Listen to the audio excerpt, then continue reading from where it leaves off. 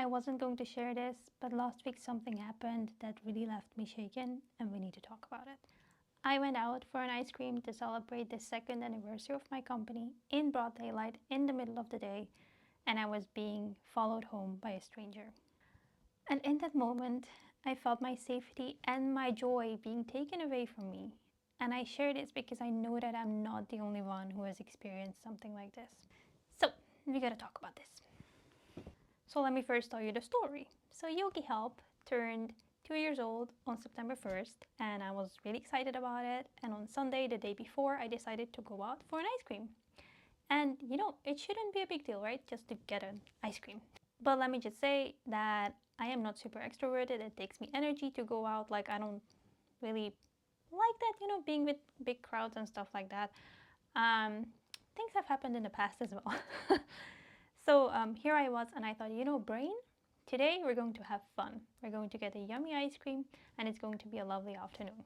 So I went to the city. It's like a 20-30 minute walk from where I was staying, and got my ice cream. Everything was happy. It was a sunny day. I was wearing a shirt that said happy day. So I was like, everything is working out for me. Then I started walking back home. So I was actually on my phone, just like texting my friends, and this random person walks up to me and he goes, "I really like your shoes." And I said, "Well, thank you." And I just kept walking and I just kept like, typing. And then he just kind of like attached himself to me, like walking next to me. And he said, "Well, actually, which shoe size do you have?" And that was the moment where I was like, "What? Excuse me, red flag?" What do you mean? And I actually lied about my shoe size. I was like, "I don't know what's happening here, but I'm not going to give you my shoe size. That's just weird." But you also kind of don't want to like elevate things. So I just like gave a number. And then he goes, "Well, I think you have really pretty feet. I really like what I'm seeing." And I thought, okay, we're past some imaginary point where we should not have crossed at all. So I said, "Well, I actually have to go somewhere. Yeah, see you." And he said, "Oh, I'm also going that way." So, I thought, well, fine. And at that point, I was like 2 minutes from my home. And I thought, okay, I cannot go home now. But really close to my home, there's like this really huge store. And I said, "Oh, I'm actually going in there." And he said, "Oh, cool, I'm going to the gym, so bye." And I said, "Oh, okay, problem solved. It's like all okay, I'll be safe, I'll be fine now." So then I go into the store, and which I wasn't planning on, and it was a Sunday afternoon, so it was really busy, and I was like, nervous system already on fire. This is not helping. So I went into like a calmer corner, the book corner, and I felt like I was being watched. And I looked between the rows of books, and I see this guy still staring at me. So again, nervous system again firing off like, danger, danger, this is not okay. I actually started to shake. So I walk away, walk to another place. I thought, I'm like so naive sometimes, and I'm so like good natured. I thought, maybe he just also wanted to check out some books. Like, it's okay. But then I walk into this other part of the store and I see him following me. He would just like keep his distance, but still keep following me around. I was definitely panicking at that point, so I called my sister and I said, "Sister, I'm being followed. Can you stay on the phone with me while I go home? But also, I don't really want to go home because what if he follows? Then he will know where I live." And she said, "Well, just find some people and ask them to help you out, to actually like take you home and make sure that the guy is not following you." So I thought that's a really good advice. And if this ever happens to you, I would definitely advise to find someone. And I actually picked really well. So I cannot believe that I have to share like tips for this, but I found this lovely couple, and the lady seemed like really friendly. So I thought, okay, that's good. And her boyfriend, husband, I don't know, partner was like this really big, muscled guy. So I thought, okay, that's the kind of people I need right now, I think. And so I walk up to them and I kind of already started to like cry and leaking. I always call it leaking when it happens like that because it was like not on purpose, or like I didn't want it to happen. It just like, started to leak. And I go, "I'm sorry, so sorry to disturb you, but can you please help me because that person is following me and I feel really unsafe. I live 2 minutes from here. Can you please walk me home?" And they said, "Yes, of course, we'll go, let's go." They even offered me to take me by car, and I was like, well, it's literally just around the corner. And the guy was like, I'm gonna make sure that we're not being followed. So he talked to the guy, and then we were like walking back, and we made sure like the guy made sure that we were not being followed by the creep. And so yeah, they took me home, and on that 2-minute walk, she told me how this has happened to her as well in the past, and that it's terrible, and she hopes that I will be okay when I get home. And don't worry about, like, because I was in my head like, oh no, I'm like so sorry that like I'm messing up your shopping day or whatever. And she was like, don't worry about it, just take care of yourself. So then I was home with this feeling of like, I don't feel safe.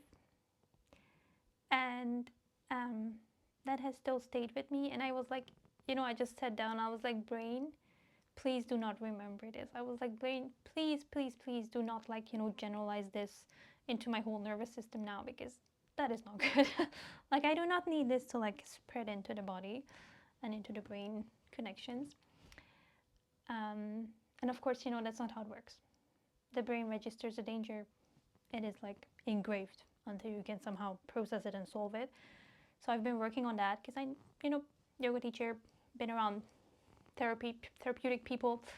So I have some things to handle it. But yeah, the back of my mind, now there's just a thing like, be careful when you go out because anyone can follow you. So that is my story that I have told some friends, and I actually also shared about it a little bit in my mailing list and to some other people already. And the reason why I decided to also talk about it here is because everyone, every single woman that I know has told me that has happened to me as well. It really sucks. I'm so sorry that it happened to you as well. But yeah, you're not the only one. So I thought that is why it's important to talk about it. Because if you think you're the only one, you're not. And if you're thinking, I said something really stupid, or I could have handled it better, or like, it was somehow my fault, or whatever, just to share, like, there's nothing that you did wrong. And I was like so angry. That's why I decided to record this video, because I was so angry that it's somehow normal that we have to share our location with our friends, that we cannot go out alone, that we have to carry our keys with us. If you do that, I don't know, carry keys with us, that we have to ask random strangers for help to take us home because we cannot safely walk home. That a person cannot just give like a nice comment about your shoes. It has to go to some weird direction. Yeah. And like way before this happened, I was already thinking September will be like Yogi Help celebration month. We will be having like a lot of fun things going on. I will be sharing a lot of like cool things with you. And this experience somehow made that even more sharp for me, in the sense of like where I want to go and what I want to do, because we still need to reclaim our freedom, our joy. We still need to be able to celebrate. So that is what we will do. Because, bigger picture situation or just vision of Yogi Help is, I help you with like decluttering, tech, simplifying your online business, stuff like that. But at the end of the day, if you ask me like, why do we even do all of those things, right? Like, why are we trying to reach inbox zero? Like, what is the whole point of this? It is so that we can focus on the important stuff. Is that so that we can create more impact? Is that so that we can create communities that are safe to show up in? Is that so that using all of those things, we can create real change in the world? So that when I get home from such an experience, at least I know who I can reach out to, who I can talk to, how I can handle my nervous system. And hopefully, by talking about it, we can start to change how things are working in the world. So yeah, I am still like, processing everything, but I want to keep that focus really sharp for myself. Like, I am doing all of this so that we can have a better world in the future. And if you're going through something similar, as well. I am sharing some resources in the description that you can look at and check out so that you can focus more on that, nervous system care and community. And yeah, I hope they will also help you. If this has touched you in any way, feel free to leave a comment, or you can also send me a personal message, and that way we can also connect about this and make sure that we are changing the future one little tiny action at a time. And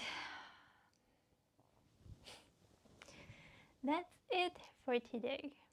I think you're awesome.